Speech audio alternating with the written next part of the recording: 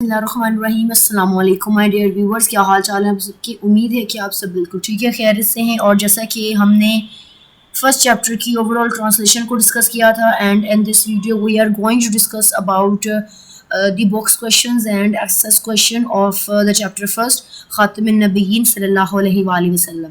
سو سب سے پہلے ہم یہاں پر باکس کویشچنز کو ڈسکس کر لیتے ہیں۔ یہاں پر ہمارا پہلا سوال ہے کہ واٹ کوالٹیز آف رسول اللہ صلی اللہ علیہ وآلہ وسلم are described and how did the people respond to them۔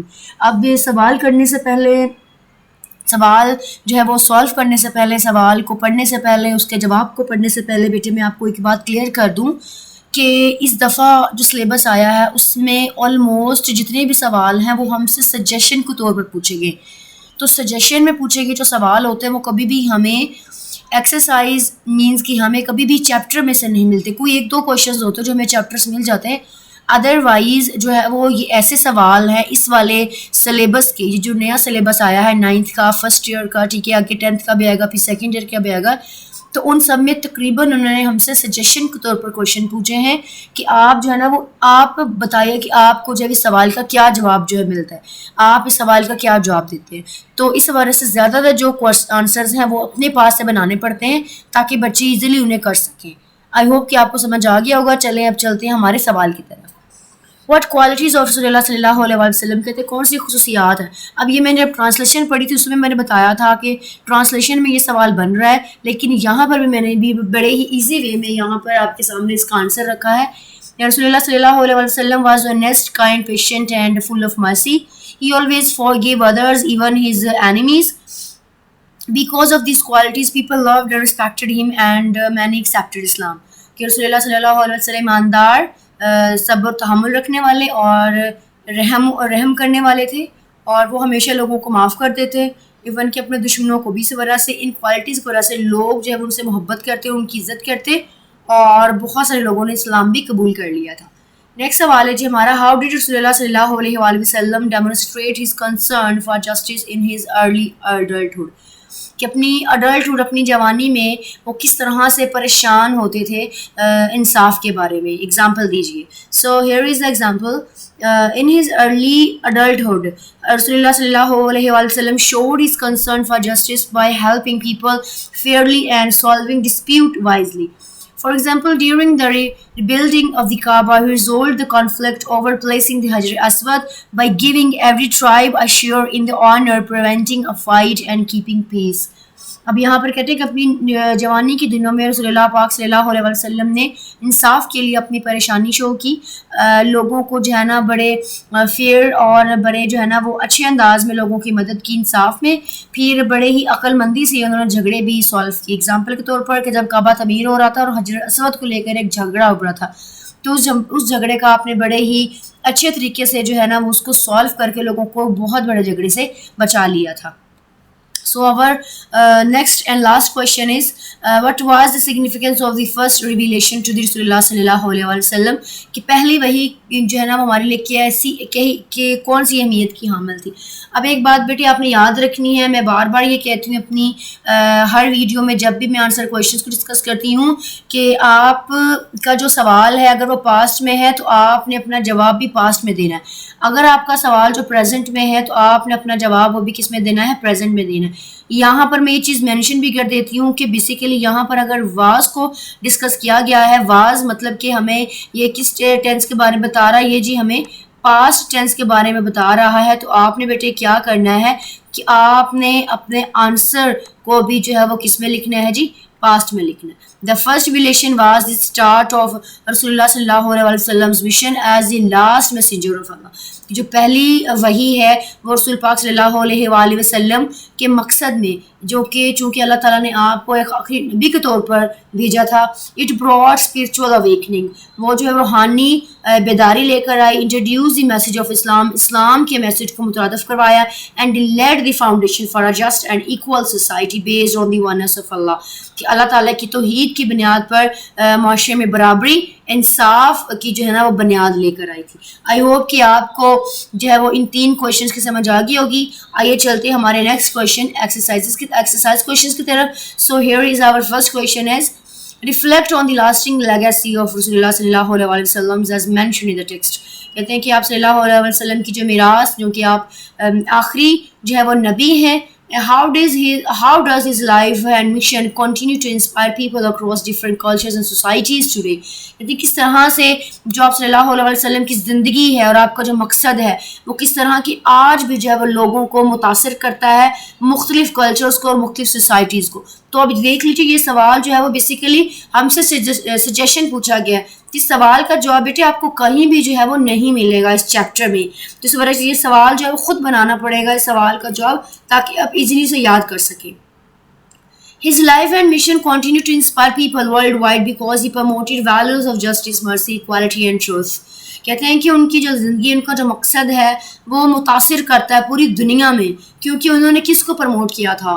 انہوں نے انصاف کو, رحم دلی کو, برابری کو, سچائی کو. پیپل اکراس کلچرز, کہتے ہیں مختلف جو ثقافت کے لوگ ہیں, سی ہم انہیں دیکھتے ہیں ایز اے رول ماڈل, ایک رول ماڈل کے طور پر, for more excellence and leadership, ایک جو ہے وہ لیڈرشپ کے طور پر. آگے کوشچن نمبر 2 is کہ what was the importance of رسول اللہ صلی اللہ علیہ وسلم's involvement in the حلف الفضول. How does his event shows his commitment to justice. کہتے ہیں کہ in his youth, اپنی نوجوانی میں, he joined حلف الفضول to defend the rights of the oppressed. کہ ظلم کے اوپر جو ہے نا وہ سچائی کو انہوں نے ڈیفینڈ کرنے کے لیے, ساتھ دینے کے لیے انہوں نے حلف فضول کو جوائن کیا تھا. اور یہ شو کرتا ہے his early commitment to justice and fairness, کہ اسلام سے پہلے ان کو پیغمبری ملنے سے پہلے جو ہے وہ انصاف کے اور فیئرنیس کے جو ہے نا وہ کیا تھے کمٹمنٹ ان کے اوپر پورا اترتے تھے. اینڈ کوشچن نمبر 3 کہ ہاؤ ڈیڈ حضرت خدیجہ سپورٹ رسول اللہ صلی اللہ علیہ وسلم بہت emotionally and financially. Y was Hare support crucial during the early years of his mission.